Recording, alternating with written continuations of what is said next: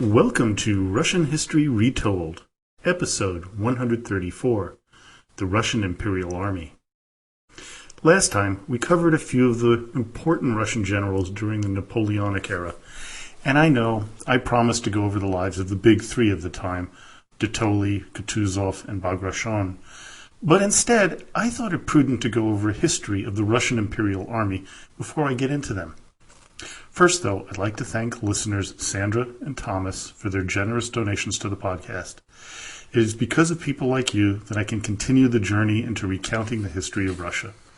And if anybody would like, it would be greatly appreciated if any of my other listeners could help out as well. Just go to my blog site at www.russianrulershistory.com and click on the PayPal button. Thanks. Now, let's get on to the topic at hand. It was under Peter the Great that the Russian Imperial Army came into being. But before we get into that, let's go back even further and discuss the state of the Russian army prior to his reign. Russian armies, for the most part in the early 1100s, were small bands of men loyal to a local prince or knyaz. This was the time of Kievan Rus, and the military was modeled after the Viking raiders of Rurik. But this was not unusual for the time. Now the big change, as we know, came in two waves, 1237 and 1240, with the invasion of the Mongols. Interesting, and this is a fact I did not know before, but the Mongol invasion was done in the winter, as the invaders found that the frozen lakes and rivers were preferable for their cavalry to the marshy grounds of the spring and summer.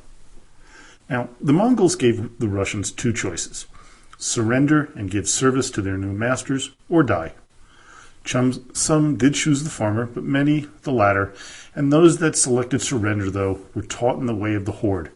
The Mongols were masters of the horse, which is why the Russian cavalry became world-renowned. The open-order cavalry attack that the Russians used for over 700 years was known as the lava, which comes from the Mongol word lao, which expresses the idea of convergence. This standard formation was used against the French in 1812, the Germans in World War I, and then the Russian Civil War. This Mongol formation of 1240 was still in use during the Soviet times in World War II. In the many years during the Mongol yoke, Russian military men, basically the Grand Princes, tried to figure out how to throw off the yoke and assert their independence. They couldn't use cavalry as a main weapon, as they were simply not good enough or numerous enough to fight off their masters. They had to find something that would make their forces superior, and they discovered the one thing that made the Mongols scared: artillery. The main weapon of the Mongols was the composite bow, which had a long and accurate range. A stone slab found in Siberia had the following inscription on it, which describes the range. Quote, "While Genghis Khan was holding an assembly of Mongolian dignitaries after his conquest of Sartau, Yusungi, the son of Genghis Khan's brother, shot an arrow at 335 alds. That equates to 536 meters, quite a distance. The use of artillery is what aided the Russians in throwing off the Mongol yoke because it had a greater distance. And we have to understand it wasn't just a single battle that threw off the yoke like the one at Kulikovo, fought by Grand Prince Dmitry and his army, but a continuous fight fought from the 1380s past the official date of victory at the Great Stand on the Ugra River in 1480, but well into the reign of Ivan the Terrible and beyond. Because of the effectiveness of the artillery, Russia was to be known for its highly skilled men in the field of battle, even in losing wars like the Crimean conflict and the Russo-Japanese War. It was under Ivan IV that the Russian military began to take shape as a coherent and permanent force. Ivan created the streltsy, which served as his musketeers, and the pushkari as the gunner units. These were professional units which joined with the Oriental cavalry to form a formidable army. This would go on until changes began to be made under Tsar Alexei Mikhailovich in 1645 through 1676. By this time, the streltsy had become totally unruly and very unreliable, as was seen during the early years of Peter the Great. The 30 Years' War, fought from 1618 to 1648, was a series of wars principally fought in Central Europe, It was one of the longest and most destructive conflicts in European history, and one of the longest continuous wars in modern history. It, along with the British Civil War of 1639 through 51, provided a force of mercenaries to Russia. How did these wars do that, you might ask? Well, there were a lot of men who fought on the losing side and were fearful of retribution from the victors, so they decided that moving to Russia and working with them was a better idea than staying put and getting executed for backing the wrong side. One such man, General Patrick Gordon, was to be an important aide and friend to Alexei's son, Peter the Great. Before Peter came into power, the Streltsy supported his sister Sophia, and they'd killed a number of Peter's relatives, which led to his general hatred of them. So it would be Peter who would make the biggest change to the Russian military, and it was he who was credited with creating the Imperial Russian Army. He decided to create an army based on the Western European model, including a system of conscription. Previously, the nobility would be required to supply men, which was supplemented by peasants during times of war. This was unacceptable to Peter, who, because of his travels during the Great Embassy, saw that Russia was highly vulnerable technologically if they were ever to be invaded by the growing threats in Europe. And the first threat, of course, to come was the Swedes, led by Charles XII. Peter, as you may recall from way back in episode 32, lost his first major battle against the Swedes at Narva in 1700. But that loss was to be a blessing in disguise. Peter was not one to take loss sitting down. He would learn from it and not make the same mistakes again. 9 years later, at Poltava, he reversed his previous defeat and routed Charles and his army, repulsing their invasion. By 1716, the Russian army had established a set of regulations known as the Ustav Voinsky. This set a number on the size of the army and how it was formed. They set the number of permanent soldiers at 112,000 men. 70,000 would be assigned to the infantry, with 38,000 in the cavalry and 4,000 artillerymen. By the time of the 7 Years' War, which was fought between 1756 and 1763, the Russian Imperial Army had around 330,000 men now. Russian General Saltykov had led a combined Russian and Austrian army to defeat Frederick the Great at the Battle of Junkersdorf on August 12, 1759. The following year, Russian cavalry even entered the city of Berlin. They were now considered a true European power. In 1763, the idea of a Russian general staff was formed, which would be critical in two conflicts. One was, of course, the Napoleonic War, and the other one was actually nine Russo-Turkish wars. These 9 wars took place in 1676 through 81, 1686 through 1700, 1710 to 13, 1735 to 39, 1768 to 74, 1787 to 1801, 1806 through 1812, 1828 and 29, and 1877 and 78. Obviously, a lot of animosity between these two countries. And this doesn't even include the other wars fought with the Turks, the Crimean War and World War I. It was during the 5th and 6th Russo-Turkish Wars that the army really came into its own. This is where Rumyantsev, Kutuzov, and Suvorov cut their teeth, so to say. They learned how to win and conquer superior numbers, which set them up for the successes against Napoleon. Unfortunately, there was a short period of time when the military kind of faltered a bit between the relaxed time of Grigory Potemkin and the Prussian militarism of Tsar Paul. His goose-stepping military was the one that got routed at Austerlitz in 1805 because Paul's son Alexander did not listen to his generals like Kutuzov.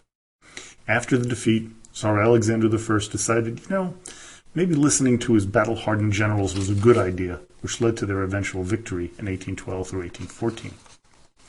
When Russian soldiers entered Paris in 1814, it marked the pinnacle of Russian power, which was not matched until the Soviets won World War II over Germany 130 years later. I'm going to go back a bit again. Let's talk about the idea of conscription or draft, which supposedly started in 1699 by Peter I.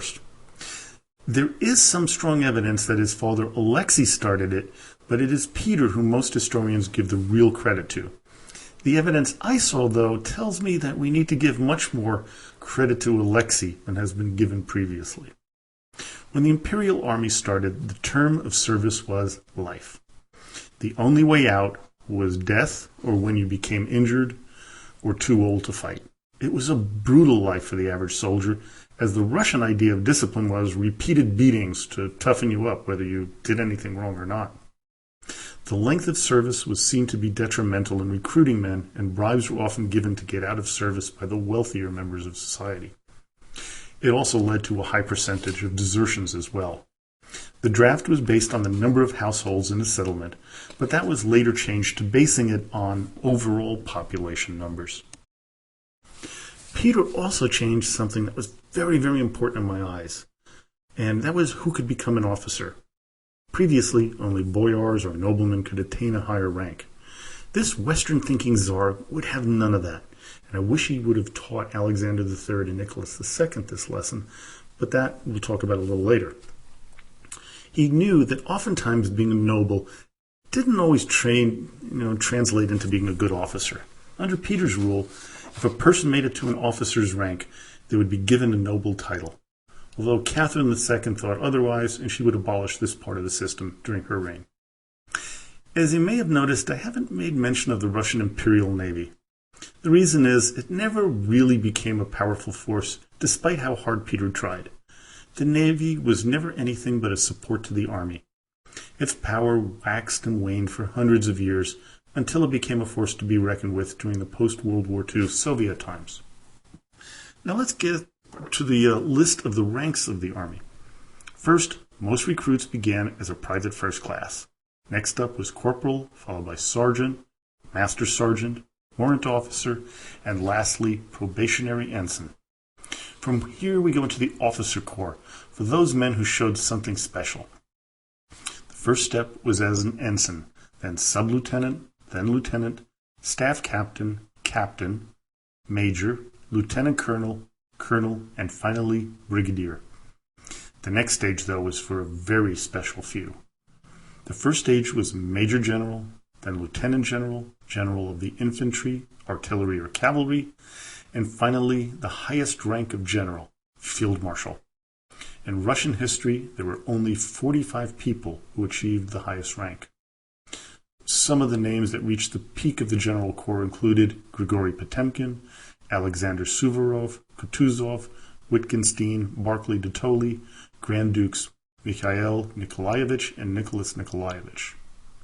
Following the Napoleonic era, the Russian military pretty much sat on their laurels, fighting the Turks over and over, but not really upgrading their weapons. When the Crimean War came about, the weakness of the military became painfully apparent.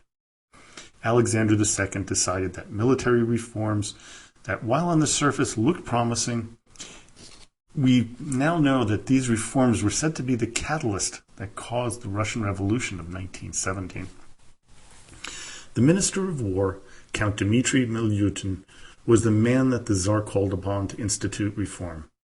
In the 20 years in office, Milyutin implemented a large number of changes, including the abolishment of the conscription of children, changing the system of the draft entirely by making service in the military mandatory for all 20-year-old males and reducing the number of years in service to 6 with a 9-year reserve period. He also divided Russia into military districts, which by 1913 numbered 13. Also, for the first time, the army finally lived in barracks instead of dugouts and shacks of the past. The reform, according to some historians, was a disaster for the Romanovs. In the past, town elders could send radical young people into the army and away from the villagers. Now the young men could come back and spread revolutionary ideas. This is a minority opinion, and one that I'm a little skeptical about, because I think that the real reason for the spread of revolutionary ideas was born directly after the end of the Napoleonic Wars, with so many officers and soldiers returning from Europe to Russia and noticing the incredibly grand differences. They realized that Russia was still a backward country and that things needed change. Now I want to get to that thing I mentioned a little while ago. In the final years of Alexander III and early years of Nicholas II, the military began to deteriorate for a number of reasons, not least of all due to the massive reduction in its budget.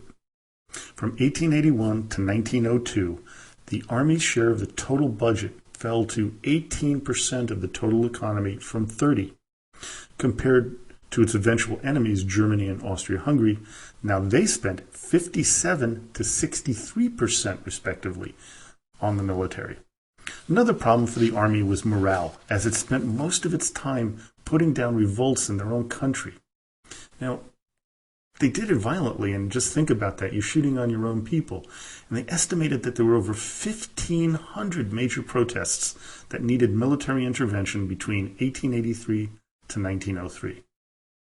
And we know the next year, in 1904, Russia went to war with Japan.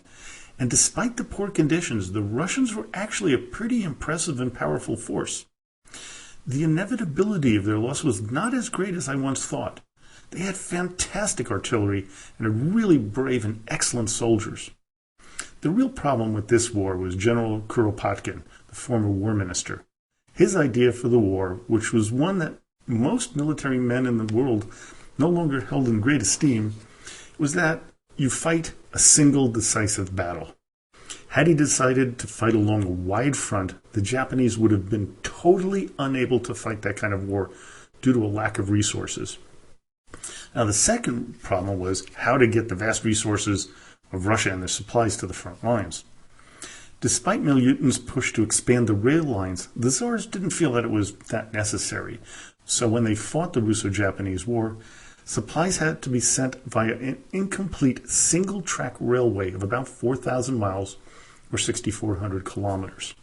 Russia had formidable resources, as it does today, but the real problem is the logistics and how to get the resources to the battlefield along such a huge nation.